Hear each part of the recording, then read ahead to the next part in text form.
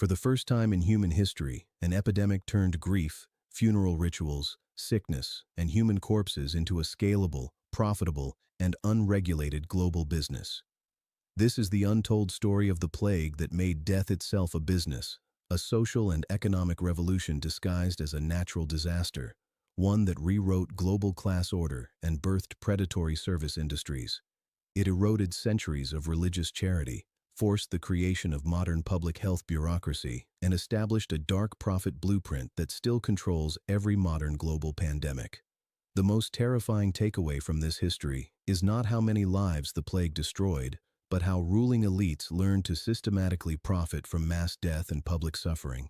Before the 14th century, medieval European society treated death as a sacred spiritual ritual, a communal public duty sustained by church charity, village solidarity, and family obligation.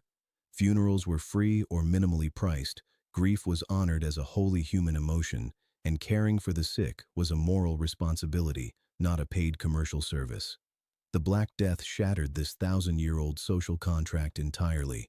Villages were abandoned, church staffing collapsed, traditional cemeteries overflowed beyond capacity, and an unprecedented supply and demand crisis disabled every medieval institutional system.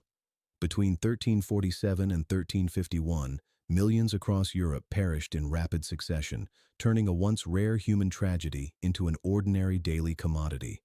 Opportunistic merchants, municipal officials, unlicensed medical peddlers, private gravedigger crews, and transport companies rushed to fill the institutional void, monetizing human suffering into formalized profit streams. Municipal archives from Florence, London, and Paris clearly document that traditional sacred funeral rituals vanished entirely during peak plague outbreaks. They were replaced by standardized price lists, tiered service fees, elite burial privileges, and fast-track mortality packages for the wealthy. Death ceased to be a spiritual passage for the soul and became nothing more than a cold market transaction. The first dark industry born directly from plague chaos was the fully commercialized funeral and burial economy. Before the pandemic, parish churches managed all commoner burials with humble, free, community-led procedures. Local volunteers cleaned bodies, carried remains, and dug graves without charge. Yet when major European cities recorded daily death tolls exceeding 300 people, the church welfare system collapsed instantly. Clergy members died at far higher rates than ordinary civilians. Volunteer labor disappeared overnight, and sacred burial grounds were overwhelmed with unclaimed, decomposing bodies. This total institutional breakdown created an unprecedented commercial vacuum, immediately seized by private gravedigger gangs and government-licensed burial monopolies. Historical reviews published in the Lancet's Epidemiological Archive confirm that burial labor costs surged more than 12 times during peak plague mortality waves. Impoverished families were forced to pay exorbitant, inflated tariffs simply to bury their deceased relatives, while wealthy nobles purchased exclusive after-hours ceremonies, private gated grave plots, sealed premium coffins, and dedicated funeral processions completely inaccessible to the poor. Medieval urban records verify that countless low-income households were forced to leave dead family members decaying inside their homes for weeks, unable to afford the new corporate death fees. Human loss transformed from spiritual sorrow into crippling economic debt. Once impoverished gravediggers became the highest-paid labor class in medieval Europe. Countless peasants and wandering unemployed workers accumulated generational family wealth solely by profiting from mass mortality. Municipal governments quickly recognized the lucrative potential of death management, issuing official burial licenses and imposing taxes on corpse transportation, grave excavation, and every funeral ceremony. They converted public grief into stable state revenue. A pure humanitarian disaster ultimately evolved into a fully government-regulated death economy.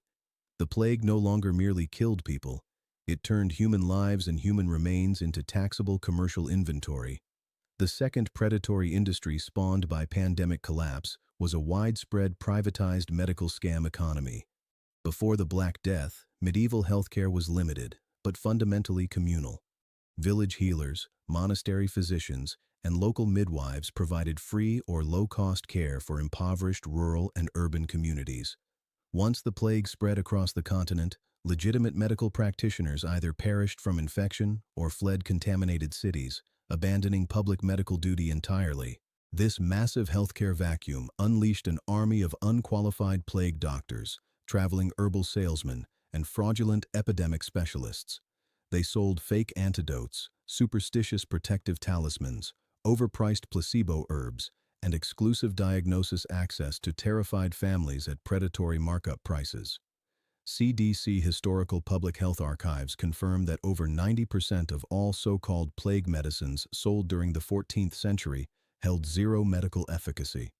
They functioned only as fear-driven consumer scams designed to exploit desperate communities.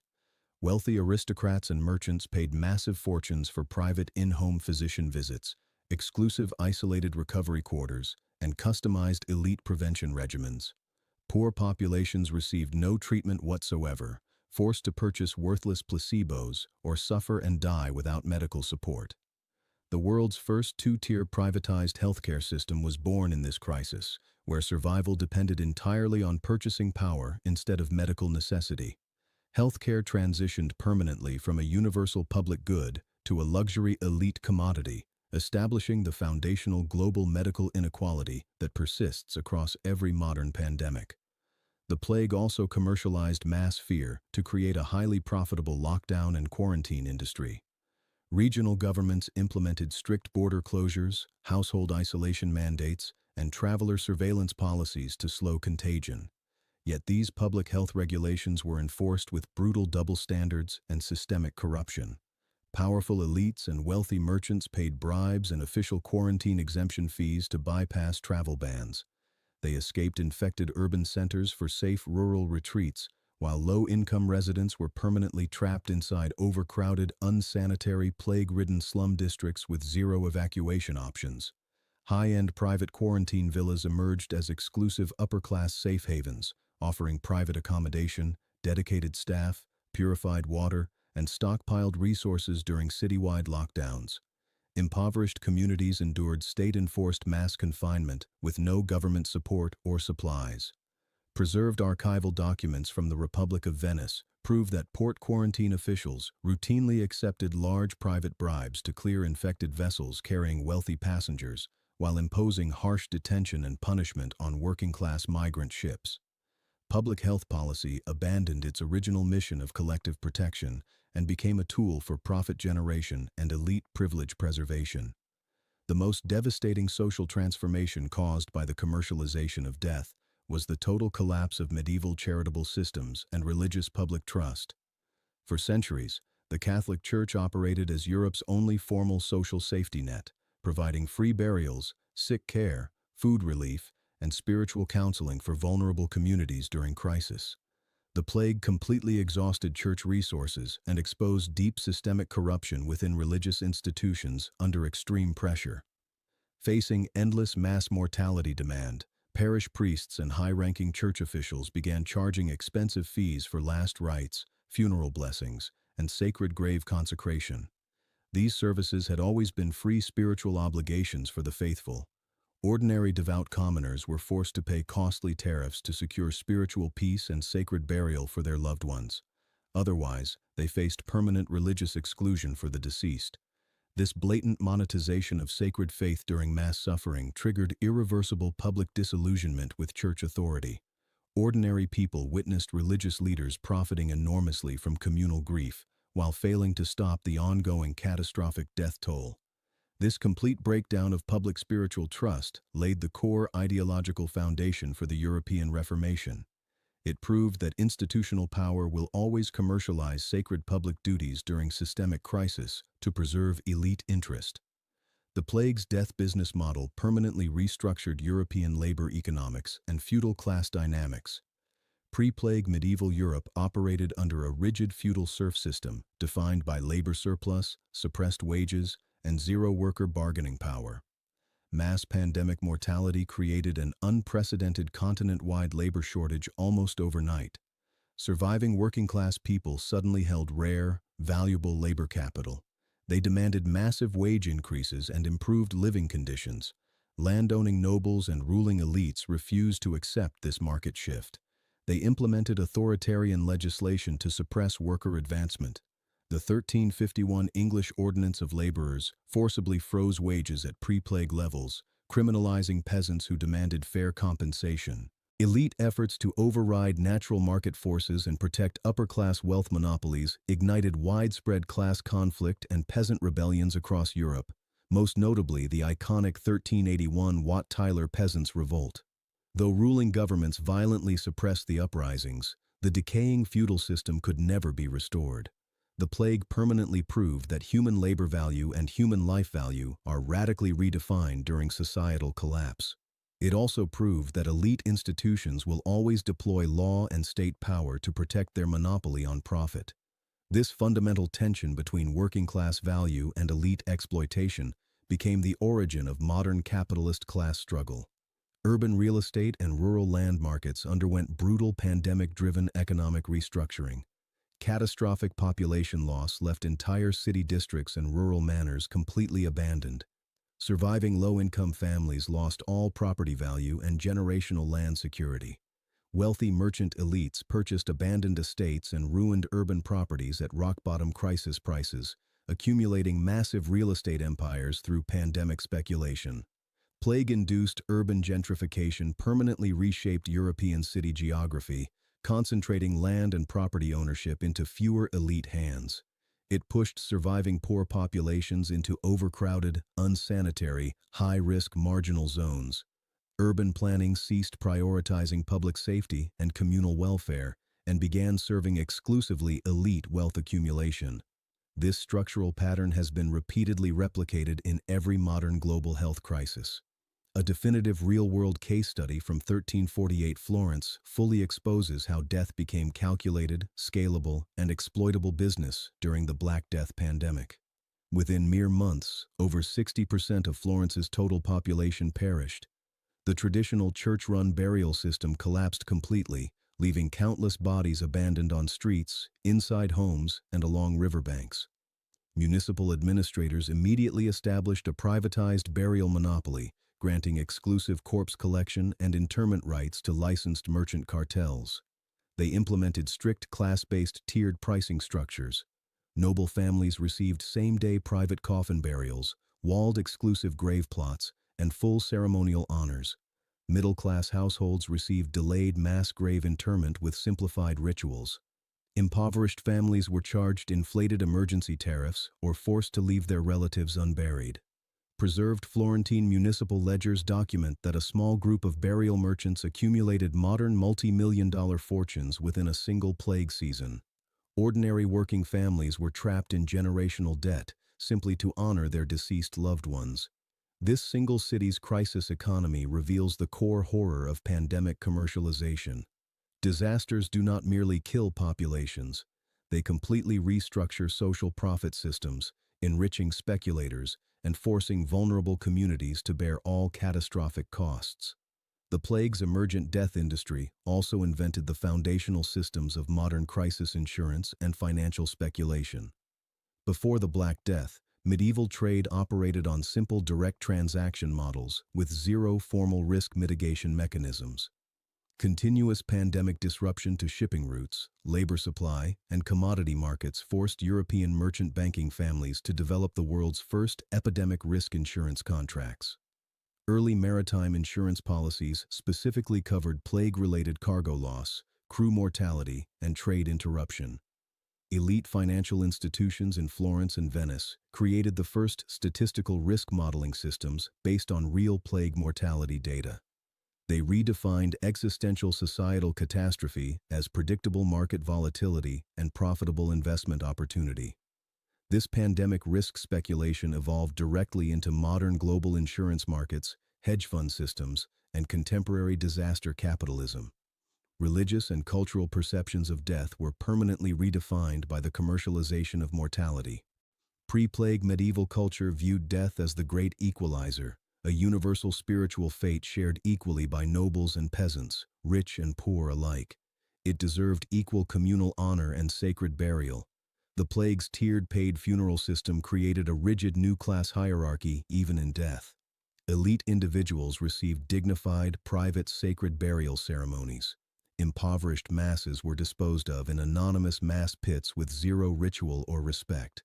Death lost its ancient equalizing power and became another domain of class privilege and economic segregation. Ruling elites further monetized public panic through targeted scapegoating campaigns. To deflect public anger away from institutional failure and elite crisis profiteering, marginalized minority communities, most prominently Jewish populations, were falsely accused of well poisoning and deliberate plague spreading. State authorities seized minority property, imposed massive punitive fines, and profited from state-sanctioned persecution. Public fear itself became a profitable political tool, distracting societal frustration from systemic corruption and elite exploitation. Modern public health institutions were never created out of benevolent humanitarian reform. They evolved directly from plague-era profit and control architectures. Early quarantine systems, municipal sanitation departments, mortality tracking databases, and urban lockdown protocols were originally designed to protect elite trade interests. They preserved merchant economic continuity, taxed death-related services, and regulated poor population movement. Public health was founded not as a life-protecting system, but as a crisis management economy built to monetize and control human mortality. Every modern national health bureaucracy and global health organization retains this original institutional DNA. They prioritize economic stability and elite safety over vulnerable human lives during epidemic outbreaks. The most critical historical revelation of the plague that made death a business is that every modern global pandemic repeats this exact medieval playbook overnight. Every new epidemic spawns instant crisis industries. Private medical costs skyrocket during public emergencies. Funeral and mortality services adopt predatory pricing models. Wealthy individuals purchase exclusive safety and policy exemptions, while poor communities endure concentrated infection risk. Governments balance public health protection against economic profit loss, and institutional failure is repeatedly covered by public fear and minority scapegoating. The Black Death did not invent human greed, but it formalized a permanent global system where mass human suffering becomes a market opportunity, where societal disaster accelerates extreme wealth inequality, and where survival quality is strictly determined by social class and purchasing power. Modern society falsely believes it has evolved beyond medieval plague brutality, yet the core business model of pandemic death remains entirely unchanged. Viruses do not discriminate between rich and poor, but human institutional systems always do. Governments still prioritize profit over human life during crisis. Private industries still monetize public grief and collective emergency suffering. Marginalized communities still sacrifice disproportionately, while elite groups accumulate crisis-generated wealth. This erased historical truth delivers one unshakable lesson. Every global pandemic is first and foremost an economic crisis, second, a social crisis, and only lastly, a biological crisis. Pathogens merely expose the pre-existing business of death embedded within every unequal civilization.